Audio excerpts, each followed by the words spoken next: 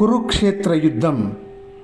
కురుక్షేత్ర రణరంగాన కౌరవ సేనలో కొందరు తమకేసి ధర్మరాజు రావటం చూసి ఆహాకారాలు చేశారు. కొందరు మౌనంగా ఉన్నారు. మరికొందరు చూశావా, ధర్మరాజు బెదిరిపోయి తన ప్రాణాలు, తన తమ్ముల ప్రాణాలు కాపాడమని భీష్ముణ్ణి వేడుకోవటానికి వస్తున్నాడు. అటువంటి తమ్ములను పెట్టుకొని ఇంత భయపడేవాడు ఇతను ఏం క్షత్రియుడు? తీరా యుద్ధం చేయవలసి వచ్చేసరికి ఇతని కాళ్ళు చల్లబడ్డాయి అనుకున్నారు. వారిలో కొందరు పైకి చిచి అని కూడా అన్నారు. ఈ లోపుగా ధర్మరాజు తన తమ్ములతో కలిసి కౌరవ సైన్యాన్ని ప్రవేశించి భీష్ముణ్ణి చేరుకొని ఆయన పాదాలపై పడి, తాత, ఎవ్వరూ గెలవలేని నీతో మాకు యుద్ధం సంప్రాప్తమైంది, అందుకు అనుమతించాలి, మమ్మల్ని దీవించు అన్నాడు. ఆ మాటలు విన్న భీష్ముడు, నాయనా, నీవు వచ్చి ఇలా నన్ను కోరటం చూసి నేను ఎంతో సంతోషిస్తున్నాను. నేను కౌరవుల ఉప్పు తిన్నవాణ్ణి గనక వారి పక్షాన యుద్ధం చేయక తప్పదు.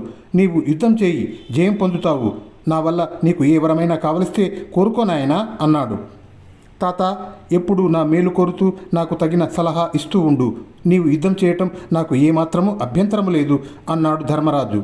నాయన, ఏ విషయమై నా సలహా కావాలి అని భీష్ముడు అడిగాడు.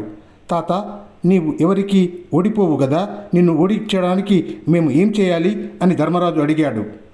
ధర్మరాజా, నన్ను యుద్ధంలో చంపగలవాడెవడో నాకు తెలియటం లేదు. మళ్ళీ ఇంకొకసారి కలుసుకుందాంలే అన్నాడు భీష్ముడు. ధర్మరాజు భీష్ముడికి నమస్కారం చేసి ఆయన వద్ద సెలవు తీసుకున్నాడు.